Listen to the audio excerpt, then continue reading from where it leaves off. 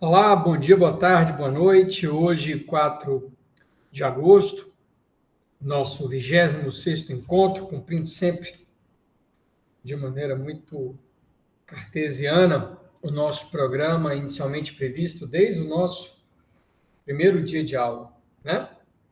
Bom, felizmente estamos aí nos aproximando dessa reta final. Temos aí mais 2 encontros de conteúdo na semana que vem, fechando aí Risk Management, fechando aí Value Risk, gestão de risco, né? E, na sequência, também, conforme previsto, né, os últimos encontros aí serão destinados à atividade em equipe, que eu ainda vou detalhar para vocês no CIGA na semana que vem, tá? E aí vocês vão ter aí 2 semanas para poder se preparar, tá certo? E fazer o trabalho em equipe, que é a última atividade dessa nossa disciplina de investimentos 1. Muito bem. Na aula passada, segunda-feira, a gente viu uma espécie de um contexto histórico, uma aula um pouco cultural sobre a história do risco, por assim dizer. Por que na década de 70 a gestão de risco não era algo tão importante e agora passa a ser, né? Desde a década de 90. E uma coisa que me vinha à mente era algo do tipo assim, rapaz, de onde vem esse número mágico, por exemplo, de Basileia, que é um acordo, de maneira didática, um acordo entre países para tentar deixar o sistema bancário internacional mais organizado, né, mais sustentável e tal. De onde vem aquele indicador de Basileia, né? 8%, por exemplo, 9%, 10%, 11%. Vamos supor que seja 9%, só para facilitar meu raciocínio aqui. Que dizia o quê? Olha, o capital próprio sobre o capital total arriscado ponderado tem que ser 9%. Tá. Ou seja, 1 sobre 9% vai dar aproximadamente aí 11 vezes. O banco só poderia se alavancar 11 vezes. Mas de onde vem esse número 9%? Uma regrinha de bolso é que esse 9% significa 3 vezes o value to risk a 99% 10 dias. Então, assim, é só para tentar juntar um pouco do assunto value to risk, que a gente retoma hoje de uma maneira bem mais formal, essa aula mais importante de value to risk. As próximas aulas são em cima de papers e em cima de softwares, né? Tá. E tentar relacionar o value to risk, que é um valor que você acha lá, diz, olha, no máximo que deve acontecer, minha carteira cair, sei lá, 3%. E aí você pega esse 3%, multiplica por 3, e isso dá 9%. E daí surge Basileia. Então é só para tentar equacionar um pouco, juntar na prática a utilidade de value to risk, seja qual for a métrica de value to risk. Pode ser um value to risk absoluto, relativo, pode ser um conditional value to risk, pode ser um expected tail loss, pode ser qualquer métrica de risco. Ela vai te dar um percentual que está associado a uma perda, tu multiplica esse número por 3. E isso aí baliza, por exemplo, o índice de Basileia. Tá? E aí perceba que se você tiver um indicador, um value to risk muito mais alto, quanto mais alto, você multiplica por 3, esse número fica ainda mais alto, obviamente. E com isso, o índice de Basileia cresce e a tua razão de alavancagem cai. E por que isso é importante? Olha, você poderia chegar para o teu chefe e dizer, olha, 100% de confiança, o máximo que pode acontecer é a nossa carteira cair 100%, uma queda de menos 100%. Oh, de que vale essa informação? De nada, de nada. Então, você poderia chegar e dizer, tá, eu não sei fazer um relative risk com 99%, mas eu vou fazer uma coisa com 99,9%. Vou dizer, olha, com 99,9%, o que pior pode acontecer é o nosso portfólio cair 80%. Tá, só que se você pegar 80% e multiplicar por 3, isso vai dar 240%. Sobre isso vai dar um índice de Basileia menor do que 1. Ou seja, não há mais alavancagem. Só que se você não pudesse alavancar, rapaz, bancos, instituições financeiras que oferecem crédito que não se alavancam, não existe, né? O que o sistema bancário faz, como intermediador, é unir credor e devedor, tá? Mas o banco, como a gente viu, se for uma razão de alavancagem de 12,5 máxima, por exemplo, para um índice de Basileia de 8, né, por cento, aí significa que para cada R$ 100 emprestados, só 8 são do banco. Os outros 92 são de pessoas que botaram dinheiro lá no banco. Não é exatamente do banco. Mas o banco vive disso. Então, se você colocar uma gestão de risco muito conservadora, que é óbvio que ela não vai ser violada, o máximo que vai acontecer amanhã é cair 80%. Putz, eu acho que nada cai 80% em um dia. Pode cair no acumulado 10 dias, chegar a cair 80%, pode valer pó, ok. Mas cair 80% no dia, nada. Mas essa informação também não vale de nada. E essa informação vai punir muito a tesouraria, porque o banco praticamente não vai poder se alavancar, vai quebrar. Muito bem. Dito isso, vamos para a aula propriamente de hoje. Tá? Como a gente tem feito nos últimos encontros, eu vou desligar minha câmera para a gente se concentrar no fluxo de informação que é a imagem da aula de hoje, que, claro, vai estar disponível para você também. Tá? Pois bem, vamos lá. Ok. Deixa eu projetar para você aqui agora, tá?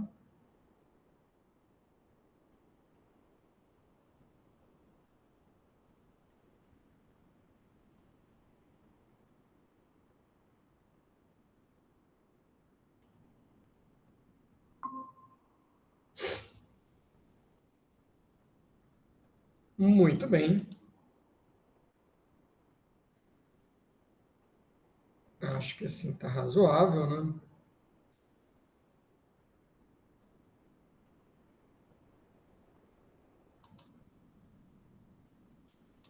Só mais um minuto.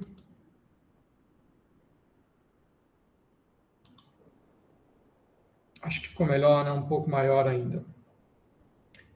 Muito bem, gente. Vamos então para a nossa aulinha de hoje, tá? O nosso curso de investimentos, ele teria sido essencialmente de quadro, a maioria das aulas. Mas, claro, uma vez que a gente vai para o expediente remoto, e eu dei parte desse curso no ano passado, né? Também de forma remota. Então, eu aproveitei slides que eu já havia feito e o nosso curso acabou sendo essencialmente de slides, que é algo que eu particularmente, pessoalmente, não gosto muito. Eu prefiro aula de quadro branco, né? O curso de investimentos 2, quando eu o leciono, ele é essencialmente de quadro branco. Não me recordo se tem slide, acho que tem muito quadro branco e software. E, claro, paper, né? Às vezes eu vou apresentar paper e você projeta o próprio paper, mas é um curso essencialmente de quadro branco, como eu acho que tem que ser. Mas essa parte de gestão de risco, eu voltei à minha raiz e aí vamos para o quadro branco, tá? Revisãozinha, né? Da aula passada, tá?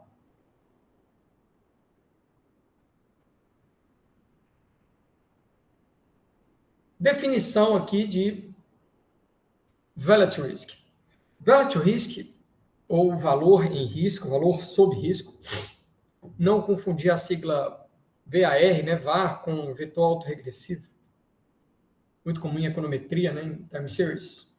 Então, Volatility Risk é o que a gente entende como sendo a maior perda, aqui eu já abro um parênteses, como está aqui na definição, Essa perda pode ser em percentual ou em valores monetários, fecha parênteses.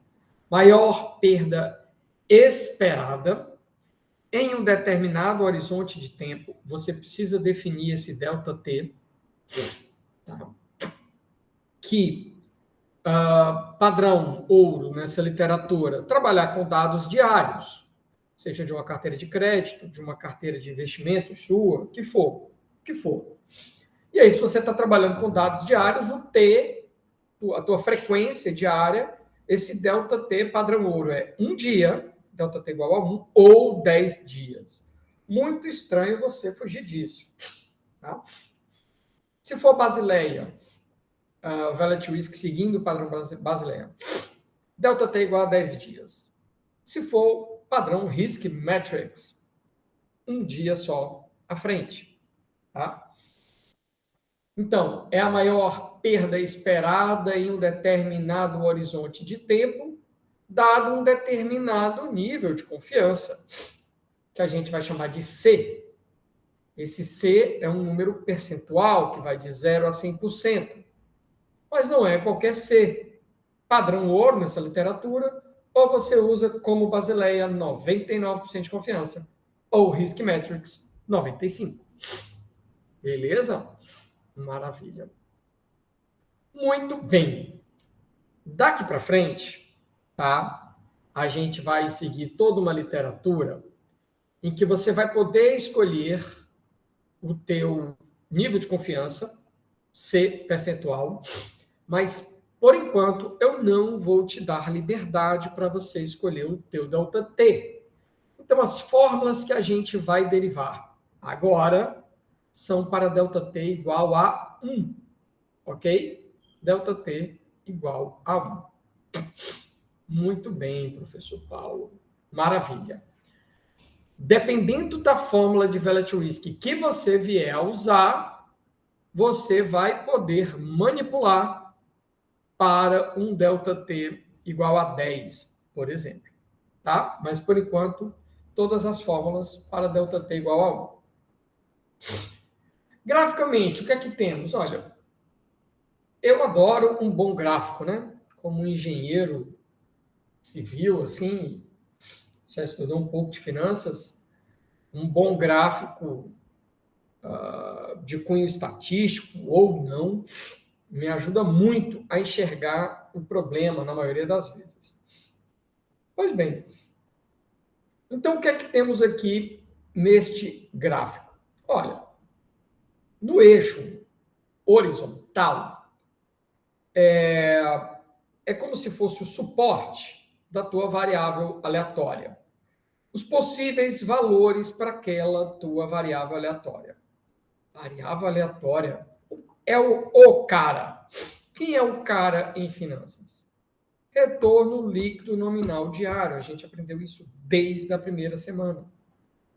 Ah, Paulo, é o percentualzinho, é o retorno, né? A variação de cotação, end of day, hoje menos ontem, dividido por ontem. Yes. Muito bem. Paulo, a gente aprendeu que esse negócio aí, o suporte, vai de menos 100% a um número tão alto, tão grande quanto a gente queira, né? Sim.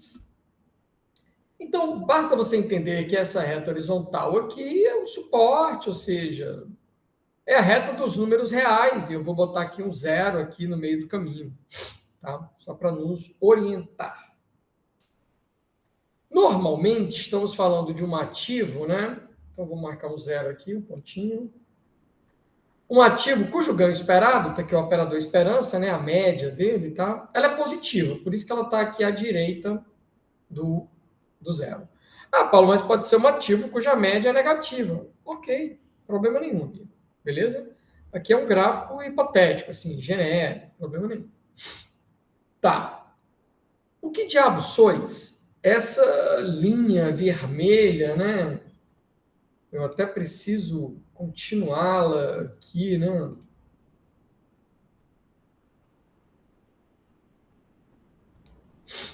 Tipo, aqui assim, né? Pronto, continuei a linha vermelha aqui, né? Foi igualzinho. Muito bem. Paulo, o que é, tá? essa linha vermelha. Vocês já sabem, né, gente? Se você tivesse um histograma, essa seria a linha vermelha que estaria fitando, né, o histograma por cima. E ela representa a Probability Distribution Function, ou seja, a PDF, que em português seria FDP. Então, tá aqui ela, ó. F minúsculo, e aí a notação, né, estatística, F do quê? Olha, variável aleatória, retorno, barrinha vertical, e o que diabo é isso aqui? Olha, isso aqui é um vetor de parâmetros, tá? Salvo o melhor juízo, é um θ maiúsculo. Então, isso aqui é um vetor de parâmetros. É uma função cuja variável que está aqui dentro é o retorno, os valores, possíveis valores do retorno, e aqui o vetor de parâmetros. Essa é uma notação bem padrão, né? E essa função f, graficamente falando, ela é descrita por uma curva. A gente costuma dizer que tem formato de sino, né? Se fosse um sino perfeito, seria uma distribuição normal. Mas essa curva tem só esse jeitão, né? Ela pode ser assimétrica, torta para um lado, torta para o outro, não precisa ser tão bonitinha como um sino, né? Normalmente não é tão perfeita como um sino mesmo. E relembrando um pouco o Estatística 1, qual é a principal característica desse tipo de curva, né? Olha, a principal característica é que a área embaixo dela tem que dar 100%. Então, a área que está aqui entre o suporte, que é a reta horizontal preta, e a linha verde, e essa linha curva vermelha, essa área aqui tem que dar 100%. Por quê? Bom, porque com 100% de probabilidade tem que dar algum retorno entre menos infinito e mais infinito. Estou? Simples assim. Muito bem. Aí, quando você pega um valor qualquer, como esse R asterisco Czinho bem aqui, ó. E aí você vem aqui, ó.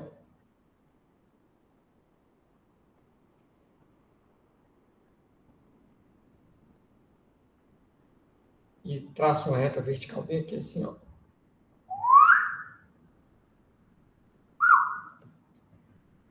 Você cortou essa área cujo somatório dela é 100%, você cortou essa área em dois pedaços, né?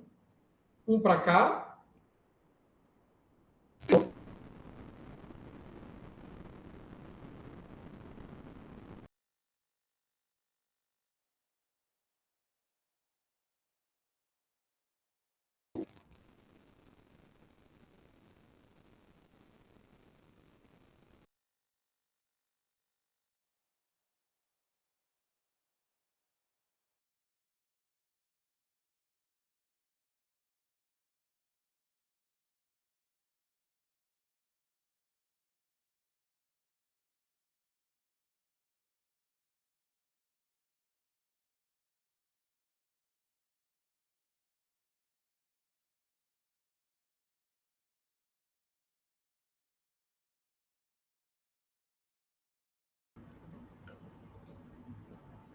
Alô? Tá aqui. Alô? Gente, desculpa, mas o meu microfone havia dado um problema e ele pediu para eu entrar novamente aqui, tá? Muito bem, mas deu certo. Vamos continuando aqui. Então, separei em duas áreas aqui, tá? De forma que a soma dessas duas áreas tem que dar 100%, né? Deixa eu desligar minha câmera para a gente focar aqui. Joia. Perfeito, Paulo. Entendi.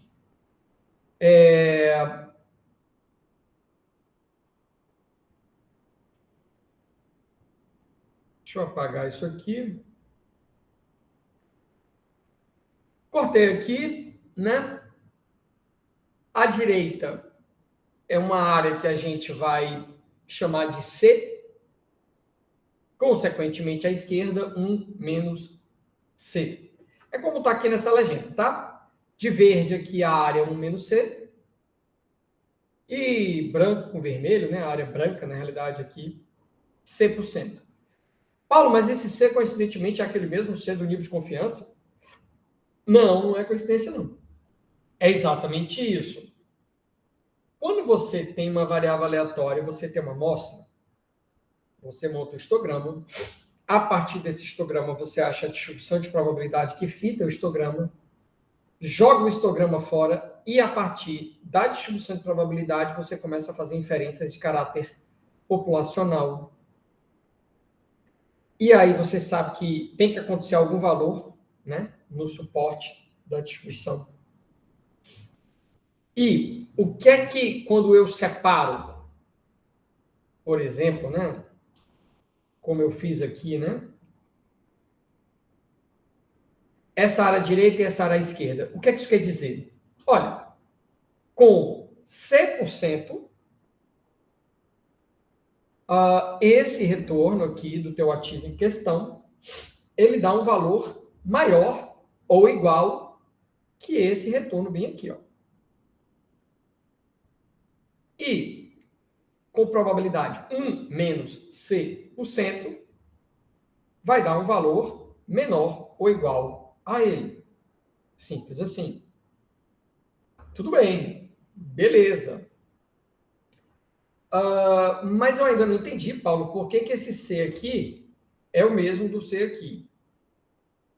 O nosso objetivo é inferir, a partir da distribuição de probabilidade, que por ser uma função, né, aqui ela tem parâmetro, por isso que é um exercício paramétrico, tá? O nosso objetivo é justamente achar esse Rzinho asterisco C, porque o C está associado ao C de confiança, tá?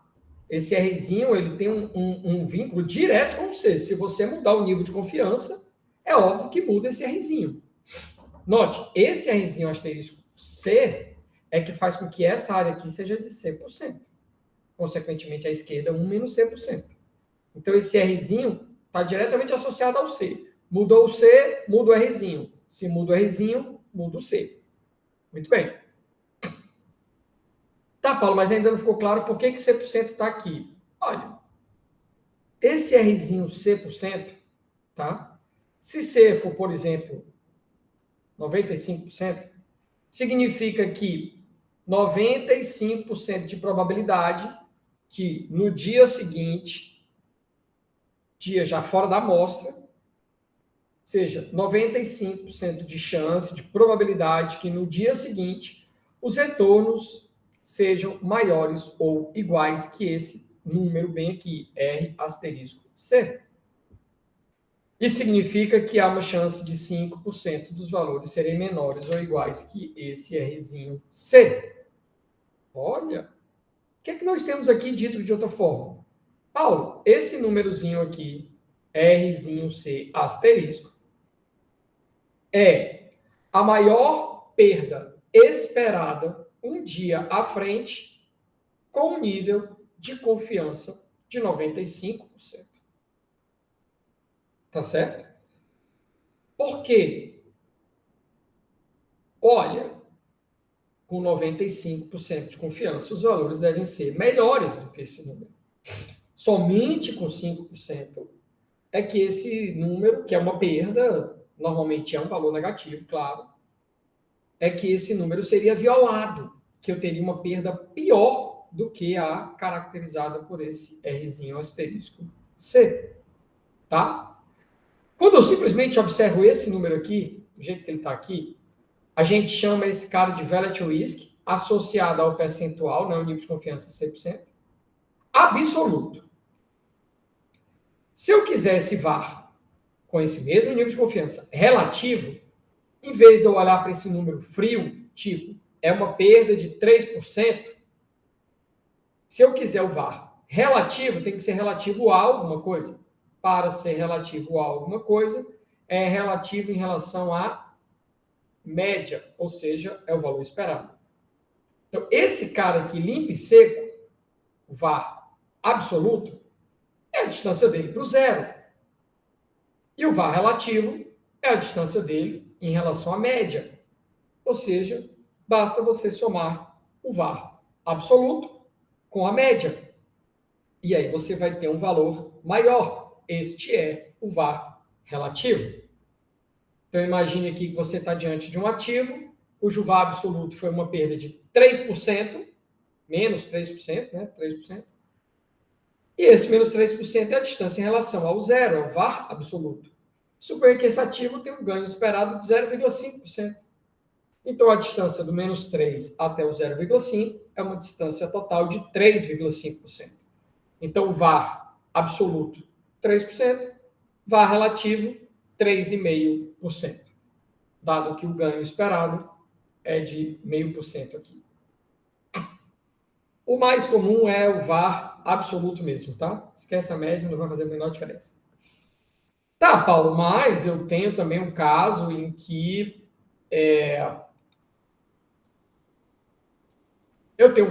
Paulo, em que eu quero ficar trabalhando só com o diabo da cauda. Tudo bem. E a cauda é dada por essa área aqui verde. Aí surgem dois novos conceitos ainda mais modernos e mais utilizados por Basileia, né? Por pessoas que lidam com gestão de risco na prática, né? O primeiro conceito é o de conditional value risk. Conditional por quê? Olha a fórmula. Média do retorno, dado que o retorno está à esquerda deste valor crítico. Então, é o value risk condicionado. Condicionado ao fato de que? Condicionado ao fato que eu já estou na cauda. Então, na hora que eu defino, por exemplo, um nível de confiança de 95%, automaticamente eu defino esse cara bem aqui. Isso é o value risk. E o conditional value risk? Eu quero a média do retorno à esquerda desse cara aqui. Truncado para a esquerda. Então, é um valor tal que normalmente fica aqui, de forma que ele separa a cauda numa área igual aqui e numa área igual aqui. Então, essa área aqui passa a ser igual a essa área aqui. Tá certo? Muito bem, muito bem, muito bem. Na verdade, deixa eu me organizar um pouco melhor. Quando eu falo que a área é igual, verdade seja dita, eu estaria, nesse caso, achando a mediana, não exatamente a média, né? Então, assim, retiro o que eu falei, porque não necessariamente a média tem que ser igual. É simplesmente o valor esperado, tal que o cara está à esquerda desse value risk, tá? Esqueçam a média, esqueçam a área aqui ser igual à área aqui, à esquerda ou à direita do R2 asterisco. Esse é o conditional value risk, e ele é o análogo do value risk absoluto, porque ele não é uma distância em relação à média. Ele é um valor que, por sua vez, é como se fosse uma distância em relação ao zero. Tá, e qual seria o análogo do value risk relativo para este caso? É o expected tail loss. Talvez seja a métrica mais utilizada hoje em dia. Que é o quê? É a distância do conditional value risk, que é uma espécie de value risk absoluto, até a média aqui, ó. Por isso que ele é o análogo do value risk relativo. Tá certo? Porque você pega o value risk absoluto, quando tira a distância em relação à média, passa a ser o value risk relativo. E você tem um conditional value risk, que é um conceito absoluto, e quando tira a distância dele em relação à média, passa a ser um conceito relativo, e a gente chama isso de expected tail loss. Opa, muito bem. Ok, Paulo, formalmente vamos meter a mão na massa aqui, olhando para umas fórmulazinhas. Olha, se a tua variável aleatória em questão é o retorno de um ativo, esse retorno ele é dado por um subscrito T, né, de tempo, que vai de 1 até o T maiúsculo, que é o último dia da tua amostra, como se fosse, por exemplo, padrão ouro, né? 260 dias, né? Um ano, né? De segunda a sexta, né? Dá aproximadamente 260 dias. Então, o que é que eu vou dizer? Olha, Paulo, essa minha variável aleatória segue uma função de distribuição de probabilidade, em que os valores estão aqui, e aqui é o vetor de parâmetros. Ok? Ok, entendi. Se você tem a distribuição de probabilidade, que a gente chama de PDF, você tem uma objeção que é achar a CDF, a Cumulative Distribution Function, né? Que é a distribuição de probabilidade, função de distribuição de probabilidade acumulada. Tá? Enquanto o Fzinho, né, daria, por exemplo, né, o Fzinho vai dar a área, né? Se eu pegar aqui, por exemplo, sei lá, eu vou integrar o Fzinho, tá? Daqui até aqui, ó. Eu vou integrar o Fzinho para o retorno daqui até aqui.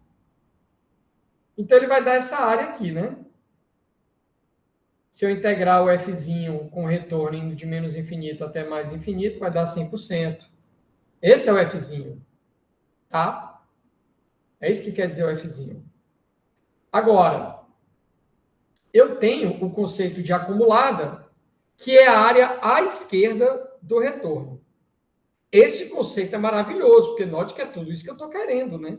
Eu estou querendo que essa área acumulada à esquerda seja, por exemplo, de 5%, porque isso significa que a direita tem 95%.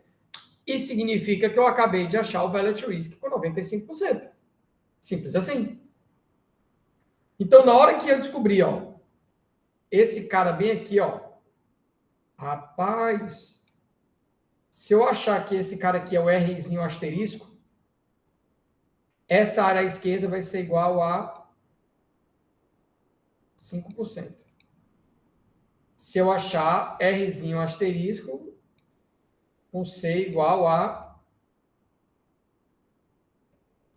95%. Tá certo?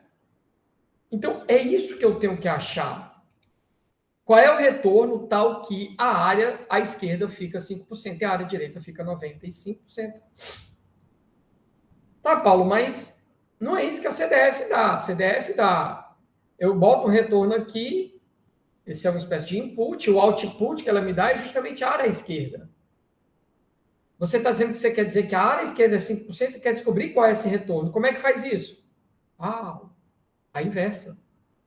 Só trabalhar com o conceito de função inversa. Daqui, ó, o conceito de inversa está caracterizado bem aqui, ó. Por esse -1 aqui, ó. Deixa eu mudar aqui de cor. Vou botar aqui um. Pronto, aqui, ó. -1. Então, é a inversa da acumulada. A partir da PDF, da função de distribuição de probabilidade, que eu obtenho a partir do histograma, eu vou lá, integro ela, acho a acumulada. Tá certo?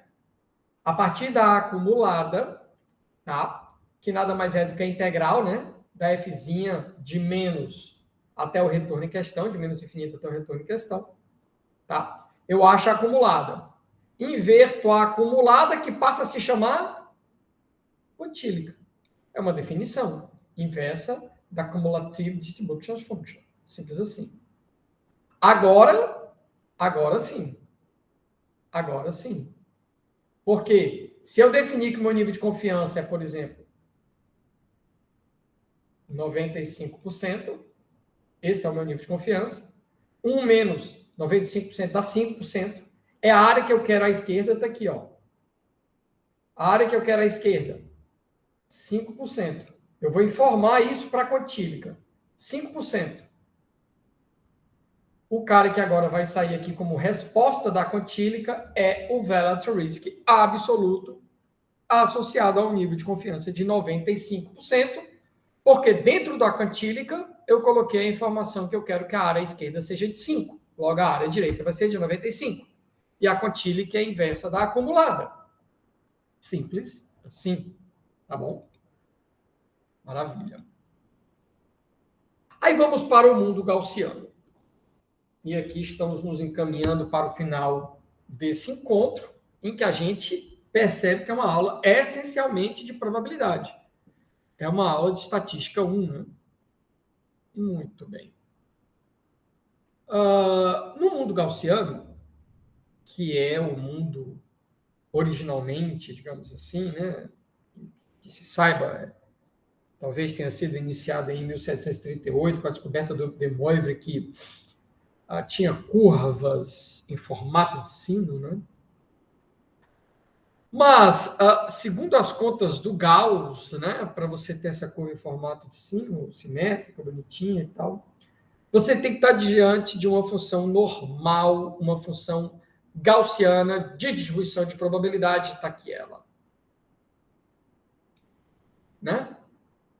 Deixa eu apagar aqui, vou colocar aqui um... Pronto, está aqui a nossa função. Então, eu estou assumindo uma premissa estatística de que a variável aleatória em questão, que nada mais é do que o retorno líquido nominal diário do meu ativo, que pode ser um portfólio que eu acabei de montar, ou uma carteira de crédito, ou o que quer que seja, segue uma distribuição normal. Como é que eu sei disso? Porque eu botei o GB aqui, esse G é de gaussiano. Neste caso, a função normal só tem dois parâmetros, mi e sigma. E não é coincidência, o mi é a média, o sigma o desvio padrão populacional. Né? Ou seja, que coisa boa, os dois parâmetros da função de distribuição de probabilidade gaussiana são justamente os dois momentos centrados populacionais, de primeira e segunda ordem. Né? O mi e o sigma.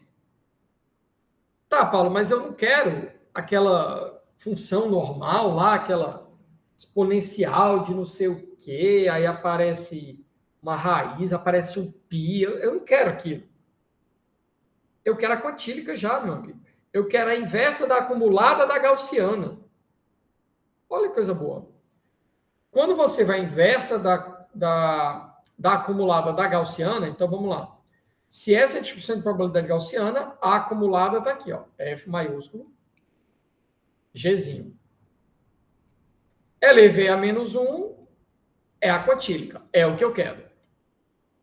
Então, quando eu coloco aqui 1 menos C%, ou seja, eu quero 5% à esquerda, o que está associado a um nível de confiança de 95%, por exemplo. Se a função original tem como parâmetros mi e sigma, a acumulada também é, porque ela é integral, e a inversa dela também é uma função de mi e sigma. Não aparecem parâmetros novos e nem pode desaparecer parâmetros. Então, a função quantílica gaussiana ela é dada pela seguinte relação super simples. Mi menos um alfa que multiplica o sigma. Este alfa é um número que envolve raiz, envolve o π, envolve alguns números reais e que depende essencialmente do nível de confiança. Como é uma coisa direta, para determinado nível de confiança, você tem um alfa, é fácil tabelar isso. E é o que acontece nos livros. Então, se você usar um nível de confiança de 95%, esse alfa é 1,64485. E se você utilizar um C, uma confiança de 99%, esse alfa é 2,32630. E a fórmula é mi menos o alfa vezes o sigma. Quanto maior o teu nível de confiança, é um resultado máximo esperado em termos de perda que tem que ser mais pessimista.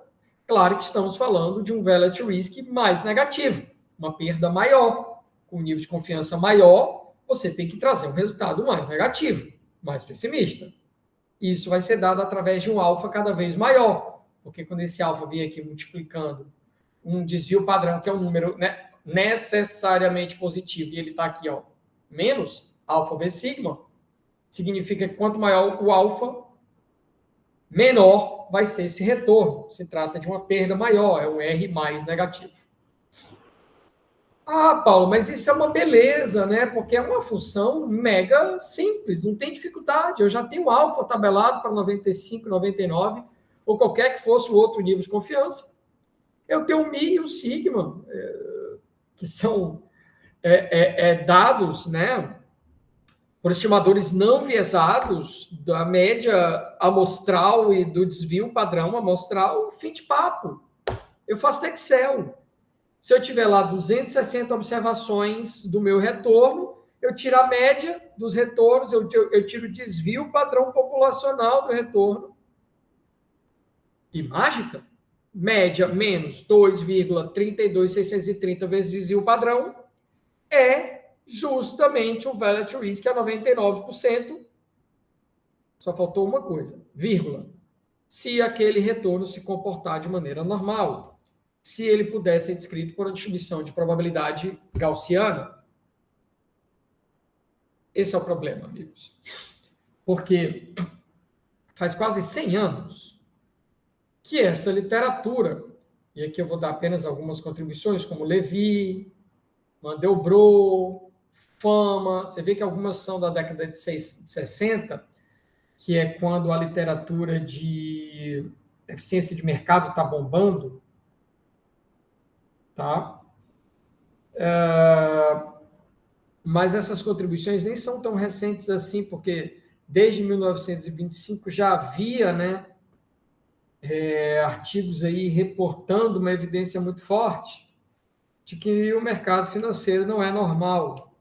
Não é normal no sentido de que é agitado, é isso ou aquilo. Não é normal porque os retornos líquidos nominais diários dos ativos financeiros, na sua ampla maioria, tendem a não seguir uma distribuição normal de probabilidade.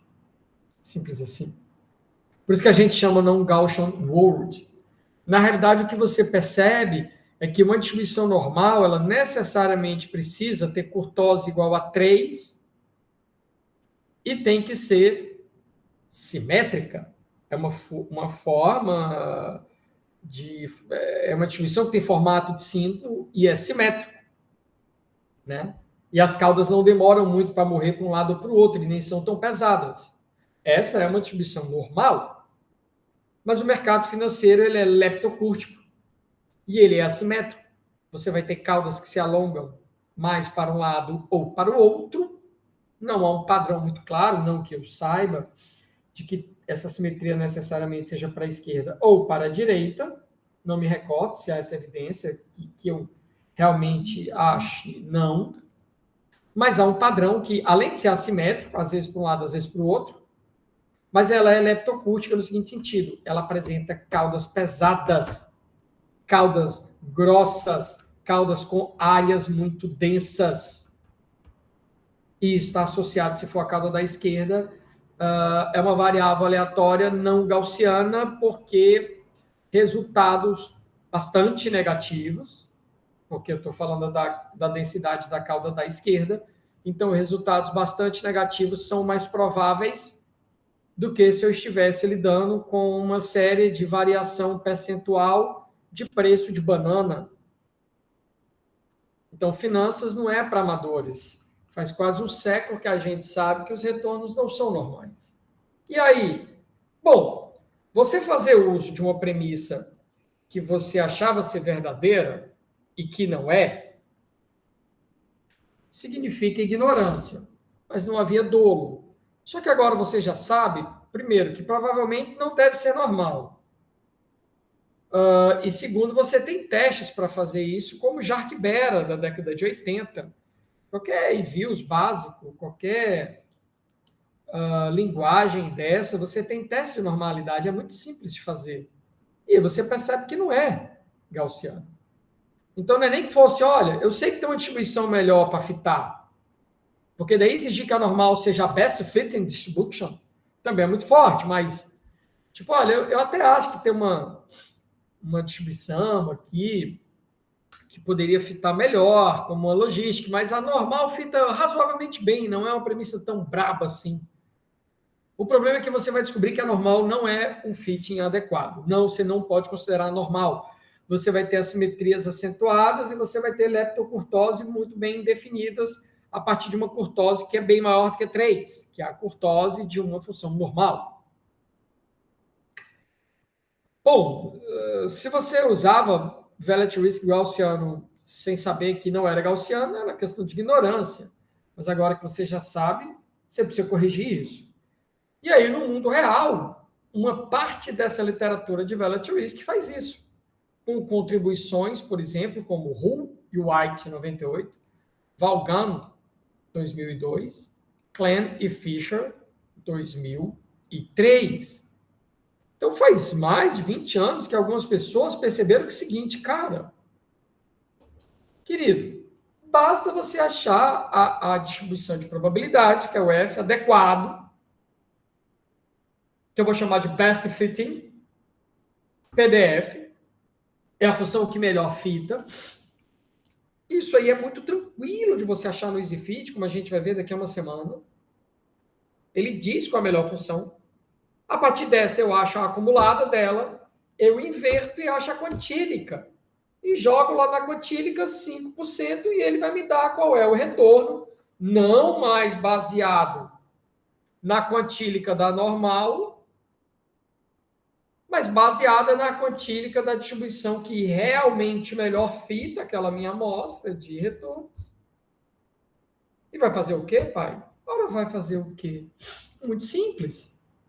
A partir disso, ele vai simplesmente, tá, me dar um retorno que esse sim separa a população associada à amostra que eu usei de tal forma que 95% de probabilidade vai dar um retorno maior ou igual que aquele tal retorno crítico, 5% vai dar à esquerda. Ou se eu estivesse usando, né, na quantílica, se eu estivesse informando que eu quero uma área da esquerda de 1%, aí ele me daria um relative risk absoluto tal que com nível de confiança de 99%. Né? Então, assim, perceba que, vou dar uma torturada aqui agora, nessa curva aqui, né?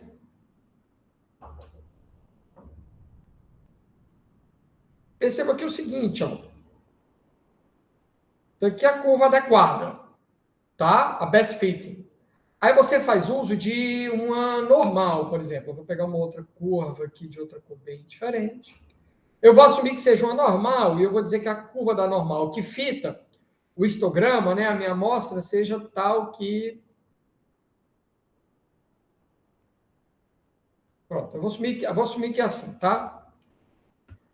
Na hora que eu impuser na normal, na quantílica dela, diz, olha, qual é o número tal que 5% está à esquerda? Ela vai me dar um número bem aqui assim, ó.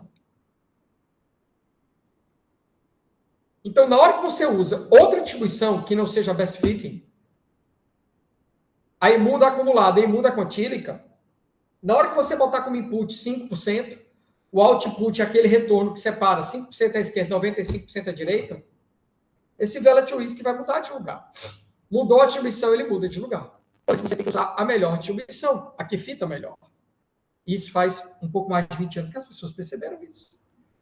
Então, aqui, em vez de você usar o que a gente chama de relative risk gaussiano, está aqui o G de gaussiano, incondicional, vocês vão já entender o conceito de incondicional. É incondicional porque eu não condicionei os momentos da distribuição, eu não condicionei o μ e o sigma andarem ao longo do tempo, eles estão estáticos, tá? Então, é um gaussiano incondicional, tá aqui, essa é a quantílica do normal, era super fácil, né? Tava aqui os dois alfas, pô, simples, mas não é gaussiano. Faz um século que a gente sabe disso, e faz 20 anos que tem gente dizendo como é que resolve. Então, você resolve. Usa a quantílica da Best Fitting Distribution. Ainda assim, é uma Best Fitting incondicional. Porque eu estou usando parâmetros incondicionais, parâmetros que não são variáveis ao longo do tempo. E aí, só para dar alguns exemplos, eu vou mostrar isso na próxima aula dos papers, tá? Eu tenho índices financeiros mundiais, num paper nosso, em que eles seguem basicamente Laplace e a hiperbólica secante, são duas distribuições de probabilidade que fitam com quase perfeição, dados que vão, salvo o melhor juízo, de 2004 a 2013, para os principais índices financeiros mundiais, índices dos setores financeiros, é como se fosse, no teu Ibovespa aqui, aí tem o IFNC, né? Que é o Ibovespa, só que não é pegando o mercado todo, é só pegando a ação de banco, por exemplo. Então, eu faço isso para 10 grandes economias dentro do G20, e a Laplace e a hiperbólica secante são distribuições que fitam com perfeição ou perto disso os índices financeiros mundiais. E lá nesse paper fica claro que as distribuições, como a distribuição normal, além de não ser normal, ela é tipo a 12ª, 15ª com melhor fitting, ou seja, é um erro muito grosseiro. Porque o teste de normalidade diz que aquele índice financeiro não é normal. E não é tipo, não é normal, mas é a segunda que melhor fita. Não, não é, é a 10ª, é a 18ª que melhor fita. E eu consigo usar a distribuição com melhor fita. Então, meu Deus, por que não usá-la? Isso tudo a gente vai ver já na aula que vem. E os bancos brasileiros, é uma outra dissertação, não chegou a ser publicado, mas ele seguia os principais bancos brasileiros, uma dissertação que eu orientei faz alguns anos, não me recordo exatamente quando foi, seguia uma distribuição de probabilidade que é a logística. Muito bem. Finalizando a evolução da literatura, isso aqui tudo vai ser revisado na aula da segunda-feira que vem, porque vai ser uma aula dia 9, né? Em que nós vamos mostrar os papers, e aí isso aqui tudo vai ficar bem consolidado. Em 98, uma contribuição do De Vries, talvez seja assim que se pronuncia, ele chega e diz, olha, mas a gente sabe já há algum tempo, e nessa época aí estava recente a descoberta, né, de que o Engel já estava com seu paper, né, o Engel e o Boleslav já tinham contribuições aí muito bem consolidadas que diziam, dentre outras formas, como você estimar um desvio padrão time varying, um desvio padrão que se move ao longo do tempo, porque a gente sabe que finanças não é para criança, não é só porque não é normal a distribuição. É comum os retornos serem heterocedásticos. Isso quer dizer o quê? Que o desvio padrão muda ao longo do tempo, que tem cluster de volatilidade e por aí vai. Então, a gente percebeu o quê, né? Que o Value to Risk, ele, uma vez dependente, tá, de um sigma, né? Que não se move, que era o que a gente vinha fazendo, por isso que chamava aqui de unconditional, né? Daqui o sigma paradinho, e dentro das quantílicas ele também estaria parado aqui. O De Vries ele disse, olha, você tem que botar esse sigma para andar, o sigma T. Então, o que é que ele faz? Só que no começo ele pega o sigma T para andar da distribuição gaussiana. E aí, com isso, você passa a ter um value to risk condicional, um value to risk conditional, um time varying value to risk, ou seja, um valor em risco que ele anda ao longo do tempo, porque o desvio padrão também, ele agora deixa de ser um parâmetro estático. Em 2006, tem uma contribuição do Cappiello e Shepard e Engel, o Engel, né, dos modelos ARCH, em que ele fala assim, olha, a gente já sabia, nessa época, estimar o que a gente chama de, não só Garch, que é o modelo que permite o desvio padrão andar ao longo do tempo, por isso que aparece aqui o subscritozinho termo, mas ele dizia o seguinte, olha, primeiro, todo mundo sabe que no mercado financeiro tem muito contágio, né? São efeitos de curto prazo entre ativos financeiros. Então, como é que o risco de um não depende do risco do outro? Claro que o risco de um banco afeta, via contágio, o risco de outro banco. Então, eu estimar e fazer o desvio padrão, por exemplo, de um índice financeiro mundial, desconsiderando o índice financeiro de outro índice, de outro banco, de outro país, parece incompleto. Então, ele capta o efeito contágio, estimando que um desvio padrão que anda ao longo do tempo, influenciado por outros desvios padrão de outros ativos cujo contágio já havia sido evidenciado. Então, no Multivariate Garch, você vai botar o desvio padrão para andar de vários ativos ao mesmo tempo, uns causando os outros. Em 2009, uma contribuição do Lee e Lee era o Arma Garch VAR. Ou seja, eu não vou simplesmente botar o sigma T para andar, eu vou colocar o Mi para andar também, a média. Por isso, o ARMA. O ARMA, que é um modelo autorregressivo com média móvel, né? Ele normalmente é aplicado para o retorno, para a média, para a equação em nível do retorno. Então, o retorno passaria a ter uma média móvel e passaria a ter um desvio padrão móvel através dos modelos GASH, né? Que é o Generalized Autoregressive Conditional Heteroscedasticity. Então, o GASH vai fazer o sigma T andar. Pode ser um sigma T puro ou um sigma T multivariate GASH, que é vários sigmas T se influenciando ao mesmo tempo. E o ARMA de Autoregressive Moving Average vai fazer com que o Mi ande, a média ande. Uma contribuição em 2015, que foi a dissertação do Rogério Cruz, um aluno nosso de mestrado muito querido, que a gente, com a ajuda da Lana e da Iana, publicou na Empirical Economic Letters, em 2015, a gente propôs o que nessa contribuição? Estimar um ARMA é tranquilo, um GASH tranquilo, só que eu não vou substituir o ARMA GASH como o Lili fez. Eu vou substituir o ARMA GASH no Best Fitting VAR. Então, eu acho a quantílica aqui, tem que ser uma quantílica que dependa de Mi e de sigma, não vale para qualquer quantílica, e em cima dela eu substituo Mi e sigma, que eram parâmetros estáticos, por o Mi e o sigma que andam. Nunca ninguém havia feito exatamente isso. E agora, em 2009, um paper que eu tenho um orgulho absurdo, que vai ser apresentado segunda-feira para vocês, é um paper que une essa contribuição com tantas outras. É um paper que teve, salvo o melhor juízo, 14, 15, sei lá, rejeições, até que ele foi aceito ano passado no Global Business Review, um paper que o Jaime, meu coautor, estimou, e era a dissertação do Ronald Fonseca, um aluno muito querido nosso do mestrado, em que eu tenho o quê? Olha, best fitting, ok, seguindo a contribuição desses caras aqui em cima. ARMA, GASH, que pega a contribuição do Lili e pega a contribuição do De Vries. Multivariate, que é a contribuição do Cappiello, Shepa e Em.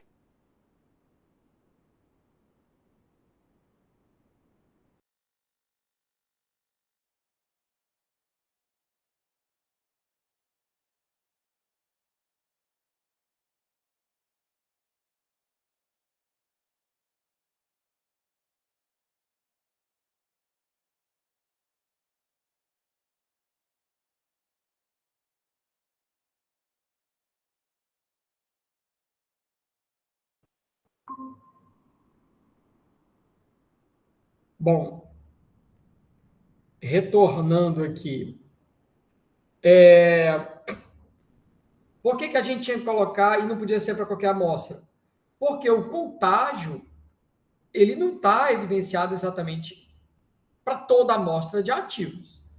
Então, quando você pega aqui sistemas bancários mundiais, é óbvio que eles estão conectados. Então, o contágio estava muito claro para isso. A gente já viu um outro paper que evidenciava muito desse efeito de contágio entre eles. E a gente aplica, então, tem contágio. O contágio vai se dar na estimação do desvio padrão, ou seja, a gente está captando o efeito contágio no risco, tá? Vai colocar o risco para andar, vai colocar a média dos ativos para andar e vai substituir essa média e esse risco, ambos caminhando ao longo do tempo e estimado, considerando efeito contágio do sistema bancário mundial, dentro de uma função quantílica, mas não é uma função quantílica qualquer, é a quantílica associada a uma função que tem um fit adequado para cada um desses 10 retornos. Publicado na Global Business Review ano passado. Bem, queridos, algumas intercorrências, né?